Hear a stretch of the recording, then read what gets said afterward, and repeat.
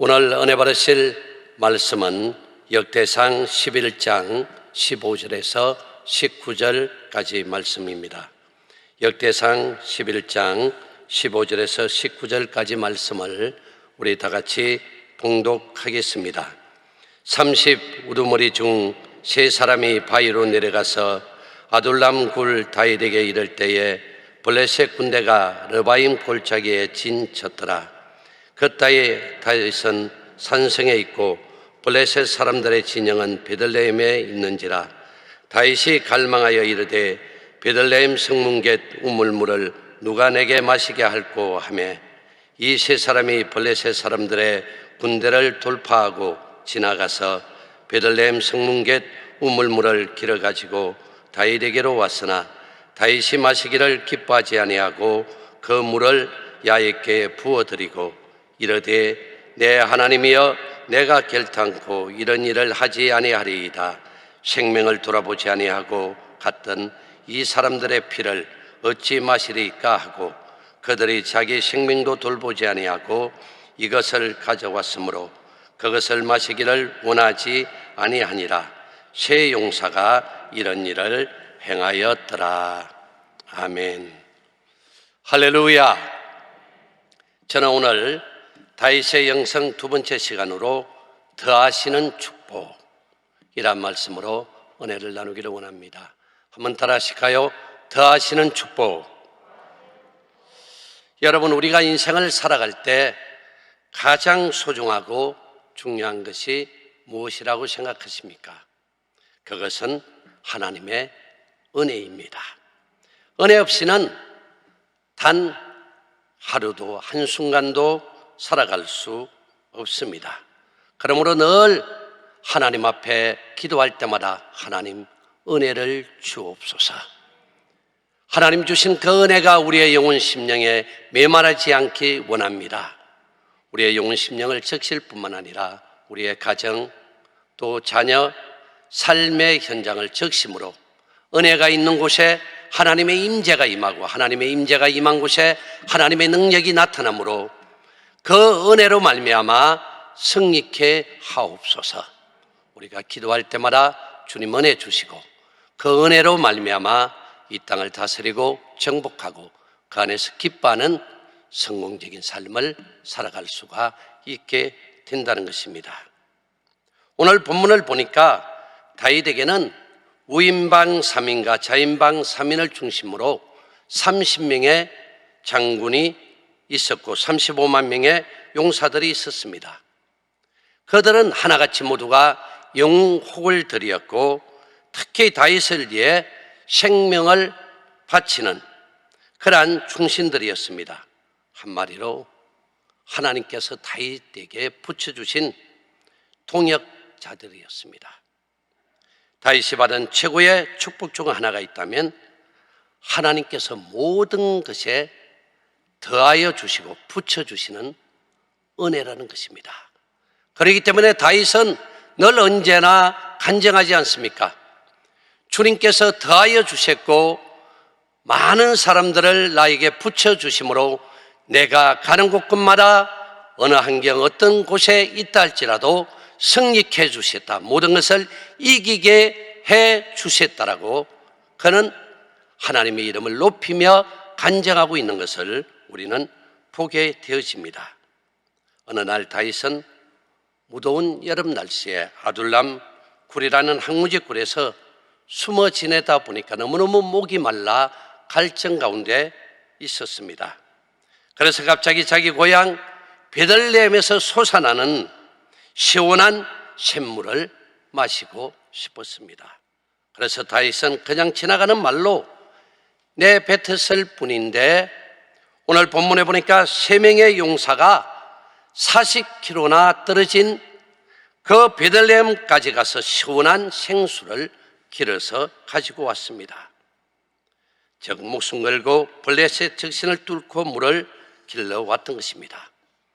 여러분, 이처럼 다윗에게는 충정의 친구들이 많았습니다. 사울에게는 점점 충신들이 등을 돌린 반면에 하나님께서는 다윗에게 만만의 친구들을 더하여 주셨다는 것입니다. 여러분, 정말 우리가 힘들고 외롭고 지치고 주저앉고 싶을 때 위로가 되고 힘이 되는 그런 믿음의 친구가 여러분 곁에는 있습니까? 하나님이 아브라함에게 뭐라고 말씀하셨습니까? 나의 벗, 나의 친구라고 말씀하신 것처럼 여러분 모두도 하나님께서 인정받는 그러한 믿음의 친구들이 다 되시기를 주님의 이름으로 축원합니다. 우리가 성경을 읽어보면 사울과 다윗의 인생은 매우 대조적으로 반전되고 있습니다. 사울은 좋은 측근들을 계속 잃어갑니다. 그래서 사울 곁을 한 사람 두 사람 떠나갑니다. 반면에 이 다윗은 보십시오. 목숨 바쳐 헌신하는 충신들이 계속해서 모여들었습니다.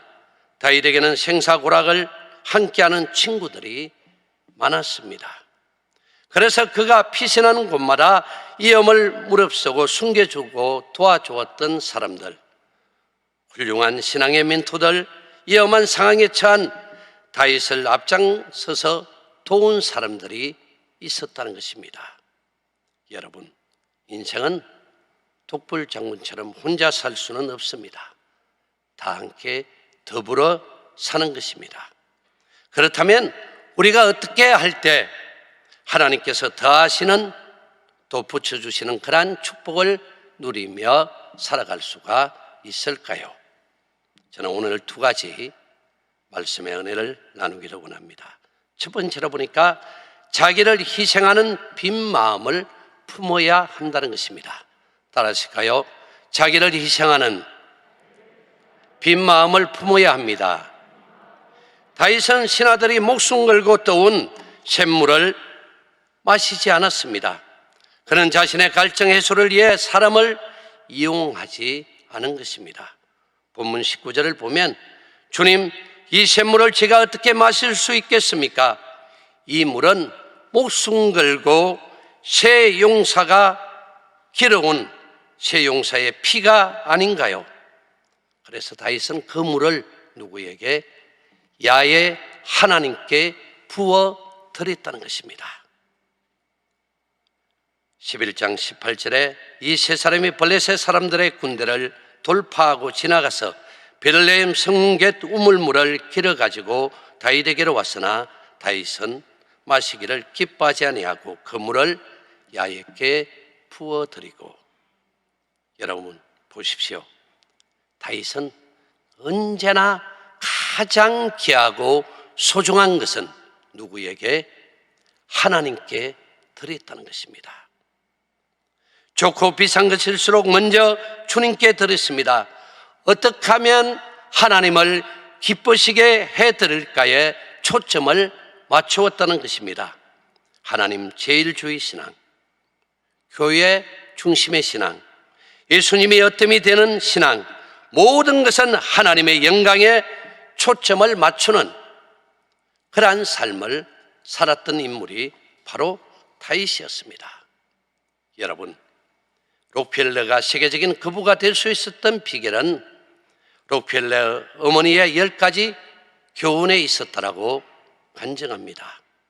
거기에 보니까 하나님을 친아버지 이상으로 섬겨라, 목사님을 하나님 다음으로 섬겨라. 전혀 아멘 안 하시죠? 네. 보니까 주일 예배는 본교회에서 드리라, 11조는 하나님의 것이므로 먼저 구별하여 드리라. 아무도 원수로 만들지 말라. 아침에 목표를 세우고 기도하라. 잠자리에 들기 전 하루를 반성하고 기도하라. 아침에는 꼭 하나님의 말씀을 읽어라. 남을 도울 수 있으면 힘껏 도우라. 예배 시간에 항상 앞에 앉아라. 이 말은 간절한 마음으로 예배에 집중하여 은혜를 갈망하고 사모하는 마음으로 하나님을 예배하라는 것이지요. 모든 초점을 하나님께 맞추고 하나님께 영광의 초점을 맞추고 주의 영광을 위해서 예수 중심의 그러한 삶을 살았던 록펠러를 하나님께서 마침내 거부로서의 놀라운 축복의 삶을 살도록 해주셨다는 것입니다. 그래서 여러분에게 누누이 말씀드리지만 너희는 먼저 그 나라와 그 의를 구하라. 그리하면 이 모든 것을 더하시리라. 할렐루야. 우선순위가 분명해야 됩니다. 그러면 우리의 의식주에 관한 모든 필요한 것은 넉넉함으로 채워주시고 부어주신다는 것입니다. 여러분, 우리가 무엇을 하든지 하나님을 기쁘시게 하는 일에 초점을 맞추고 살아가는 올 한 해 되어지시기를 주님의 이름으로 축원합니다. 특히 다윗은 이로는 하나님을 사랑하고 아래로는 사람을 사랑하며 아끼는 사람이었습니다. 그는 부하들을 위해 위험을 무릅쓰고 나발의 포도원을 찾아가 식량 공급을 부탁합니다.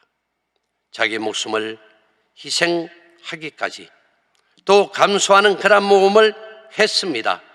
그래서 다윗 곁에는 외롭고 소외당한 사람들이 많이 모여들었습니다. 다윗이 그만큼 희생적으로 사랑했기 때문입니다. 여러분, 희생 없이, 헌신 없이 아름다운 풍성한 열매를 거둘 수는 없습니다. 그렇습니다. 희생적인 사람에게 희생적인 동지가 붙는 것입니다.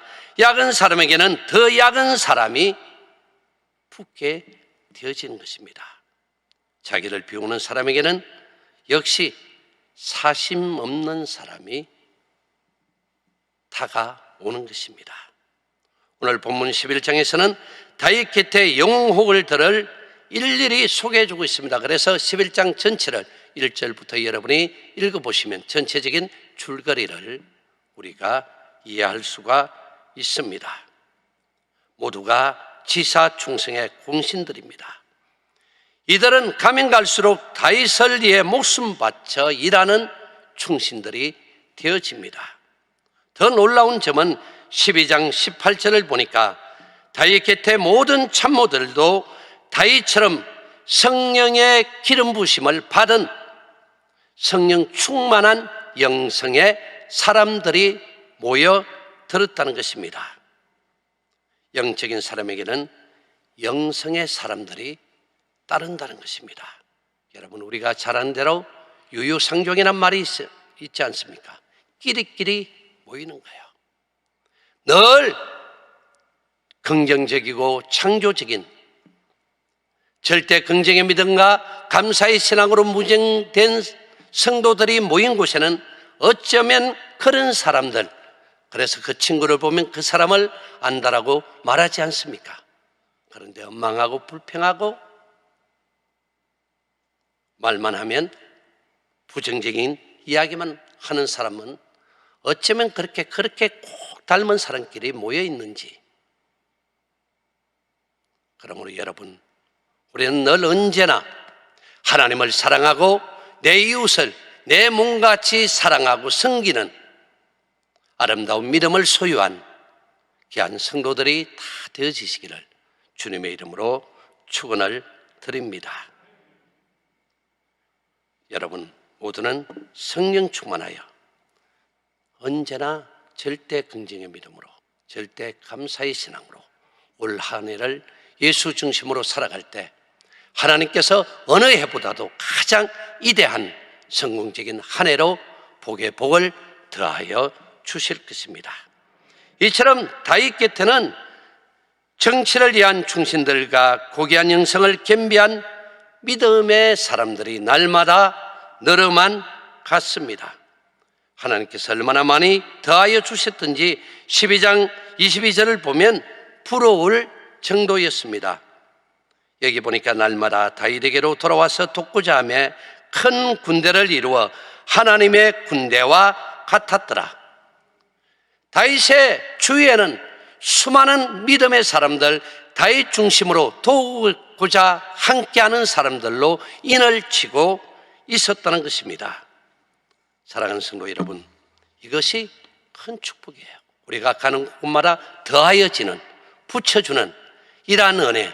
그래서 사업하는 사람은 날마다 번성하고 번성하는 이러한 축복. 할렐루야.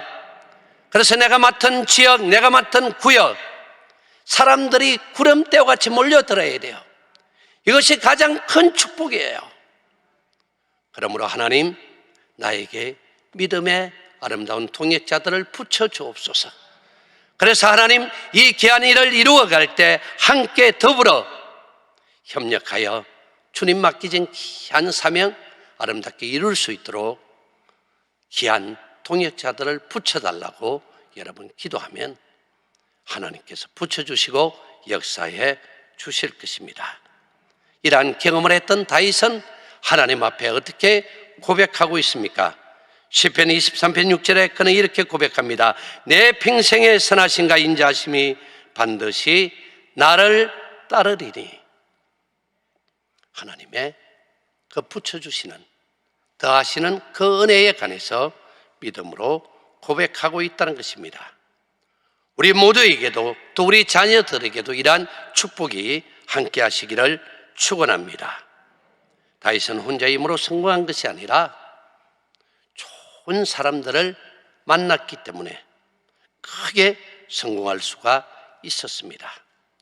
우리가 무엇을 하든지 빈 마음의 영성으로 하는 것이 이만큼 중요합니다. 빈 마음이 연합하는 원동력이 되어집니다. 그럴 때 하나님의 역사가 일어납니다. 그래서 우리에게 맡겨진 이 교회 일을 이루어가는 데 있어서도 함께 연합하여 이루어 가야 한다는 것입니다. 성경은 이렇게 말씀하고 있습니다.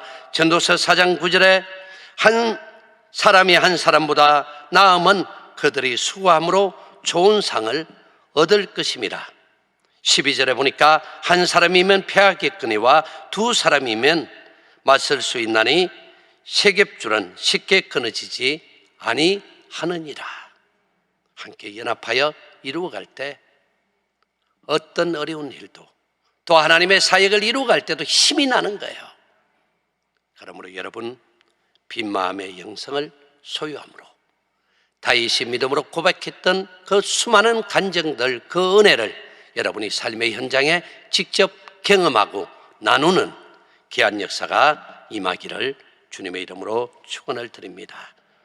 우리가 무엇을 하든지 이러한 빈 마음의 영성으로 이루어 가야 된다는 것입니다. 우리가 서로 좋은 친구가 되기 위해서는 무엇보다도 이런 마음을 소유해야 됩니다. 욕심, 탐욕이 가득하면 친구가 될 수 없습니다. 사심이 없어야 가까운 친구를 소유하게 되어집니다. 하나님은 자기를 희생할 줄 아는 자에게 귀한 사람들을 붙여주셨다는 것입니다. 그래서 예수님께서도 뭐라고 말씀하십니까? 나의 참 제자가 되려면 자기를 부인하고 나를 따를 것이라고 선포하고 있습니다. 내가 비우지 않고, 내가 낮아지지 않고, 내가 겸손하지 않고는 좋은 사람이 함께 할 수가 없다는 것입니다. 두 번째로, 하나님이 더하시는 축복을 누리기 위해서는 안개꽃처럼 조연 인생을 살아야 합니다. 따라하실까요? 안개꽃처럼 조연 인생을 살아야 합니다. 사람은 누구나 다 주연되기를 원합니다. 주인공이 되기를 원합니다. 그게 사람의 본 마음인 것입니다. 그런데 하나님 앞에 쓰임받고 사용되어지는 사람들의 특징을 보면 조연 인생을 살았던 사람이었습니다. 여러분, 다윗의 고백 중에 무엇이 특징이 있습니까? 그는 언제나 자기를 내세우는 것이 아니라 나는 종입니다. 나는 아무것도 아닙니다. 내 스스로는 아무것도 할 수가 없습니다. 하나님이 나를 붙들어 주셔야 됩니다. 하나님이 함께 해 주실 때 무엇이든지 가능할 수 있다는 것을 고백하고 있지 않습니까? 본문 19절을 봐도 다윗은 하나님 앞에서 종의 의식과 종됨의 신앙을 철저하게 고백하고 있다는 것입니다. 그래서 그는 자기 생전에 그처럼 염원했던 성전 구축의 빛을 보지 못함에도 불구하고 아들 솔로몬을 주연이 되게 하고 자기는 조연으로 흡족해 하는 모습을 봅니다. 우리가 잘 알고 있는 대로 17장을 보면 다윗은 나단 선지자로부터 하나님께서 성전 건축을 거절했다는 답변을 듣게 됩니다. 그는 조용히 하나님 앞에 나와 무릎을 꿇습니다. 이해가 안 되는 그러한 충격 속에서도, 그러한 상황 속에서도 다윗은 묵묵히 하나님 앞에 무릎 꿇어 앉은 것입니다. 모든 것을 열린 마음으로 수용하는 빈 마음의 놀라운 영성을 가지고 있습니다. 다윗은 나단 선지자에게 무슨 말을 하고 있느냐고 따지거나 무시하지도 않았습니다. 하나님의 뜻이 쉽게 이해되지 않았어도 어떻게 해요? 기꺼이 수용하고 받아들입니다. 도리어 하나님께 나아가 그동안 베풀어 주신 하나님의 그 놀라운 은혜, 그 사랑에 도리어 감사와 찬양으로 영광을 돌리고 있습니다. 여러분, 말이 쉬운 것이 아닙니다. 내가 소외되고 내가 인정받지 못하고 그런 느낌을 받을 때 누구나 할 것 없이 좌절하고 실망합니다. 그럼에도 불구하고 다윗은 더더욱 하나님 품 안에 더 가까이 나아가 주님의 은혜를 사모하고 갈망하며 주님께서 그동안 베풀어 주신 그 은혜에 도리어 감사함으로 영광을 돌리고 있다는 것입니다. 여러분, 이것이 하나님 앞에 쓰임받을 수밖에 없었던, 이 사람이 과연 내 마음에 합한 자라는 그러한 인정받는 다윗이 소유하고 있었던 아름다운 빈 마음의 그러한 영성이었다는 거예요. 그리고 하나님이 주인됨을 선포하고 나는 조연으로 하나님만이 드러나기를 소원하며 살았던 다윗의 그러한 믿음을 우리는 알 수가 있습니다. 여러분, 우리 인생도 마찬가지입니다. 내가 주인된 삶을 살게 되면 실패할 수밖에 없습니다.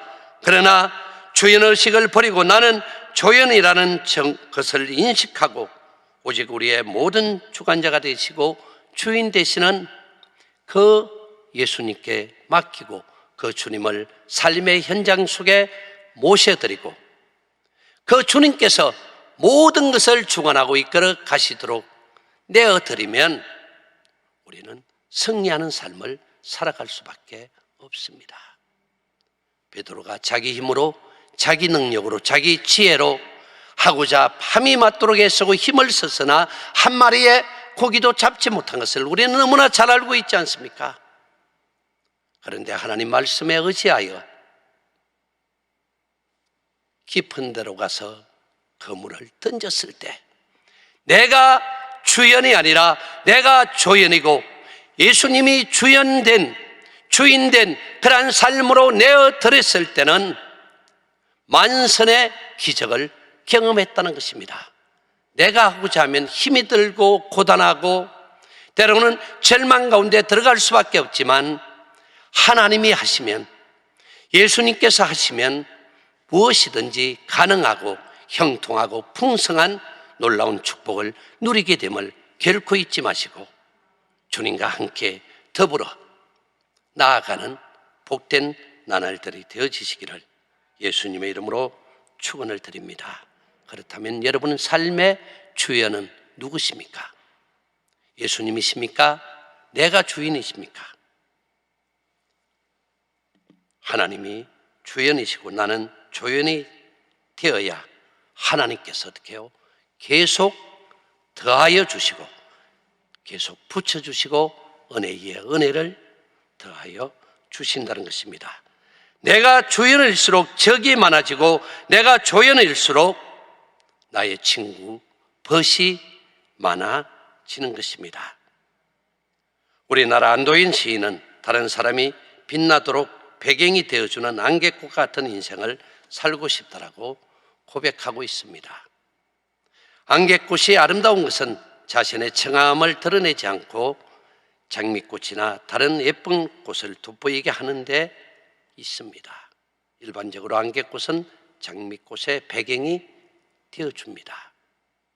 자기는 조연으로 만족하고 장미꽃을 주연이 되도록 묵묵히 도와주는 것입니다. 우리도 안개꽃처럼 자신을 뒤에 감추고 조연으로 만족할수록 오히려 하나님께서 더 귀하게 우리를 사용해 주신다는 것입니다. 결론적으로 모세의 조연은 누구였습니까? 여호수아였습니다. 그는 40년 동안 묵묵히 그 어려운 광야의 삶 속에서 모세를 도와주는 조연의 삶을 살았습니다. 그랬더니 하나님께서 이 여호수아를 모세의 다음 지도자로 세워주시고 이 광야를 지나 가나안 땅에 입성할 때 자기에게 최고의 조연을 붙여주었어요. 그 인물이 누구입니까? 갈렙이었다는 것입니다. 그리고 가나안을 정복하는 위대한 성공적인 축복의 삶을 살게 되어졌다는 것입니다. 그러므로 올 한 해 저와 여러분은 조연된 인생을 사시고 우리의 주연은 누구시라고요? 예수 그리스도가 되어짐으로 매일매일 기쁘고 행복하고 승리하는 그러한 복된 삶을 살아가는 여러분 모두가 다 되어지시기를 예수님의 이름으로 축원합니다. 하나님 아버지 참으로 감사합니다. 내가 하는 것이 아니라 내 안에 계신 보혜사 성령님이 할 수 있도록 늘 예수 중심으로 나아갈 수 있도록 은혜 위에 은혜를 더하여 주옵소서. 오늘도 내가 주연이 아닌, 내가 주인이 아닌 조연의 삶을 살기를 원합니다. 주관자가 되시고 주인 되시는 예수님 다스리시고 통치하시고 함께 동행하여 주옵소서. 오직 주님께 영광 돌리는 복된 삶이 되게 하여 주옵소서. 믿음으로 감사함으로 기한의 물 드렸습니다. 마음의 소원을 담았습니다. 주님 부으시고 채우시고 응답하여 주옵소서. 저들 연약함을 위해서 기도하오니 머리부터 발끝까지 주님 십자가 보혈의 능력으로 덮어주시고 깨끗이 고쳐 주옵소서. 건강할지어다. 삶의 문제는 다 떠나갈지어다. 가정사업을 위해서 기도하는 것마다 번성의 복이 임할지어다. 특별히 입시를 준비하는 자녀들에게 지혜를 주시고 원하고 기도하는 대학에 다 들어갈 수 있도록 복의 복을 더하여 주옵소서. 예수님의 이름으로 감사하며 축복하며 기도드리옵나이다. 아멘. 하늘에 계신 우리 아버지여, 이름이 거룩히 여김을 받으시오며 나라가 임하옵시며 뜻이 하늘에서 이루어진 것 같이 땅에서도 이루어지리라. 오늘 우리에게 일용할 양식을 주시옵고 우리가 우리에게 죄지은 자를 사해 준 것 같이 우리 죄를 사하여 주시옵고 우리를 시험에 들게 하지 마시옵고 다만 악에서 구하시옵소서. 나라와 근세와 영광이 아버지께 영원히 있사옵나이다. 아멘.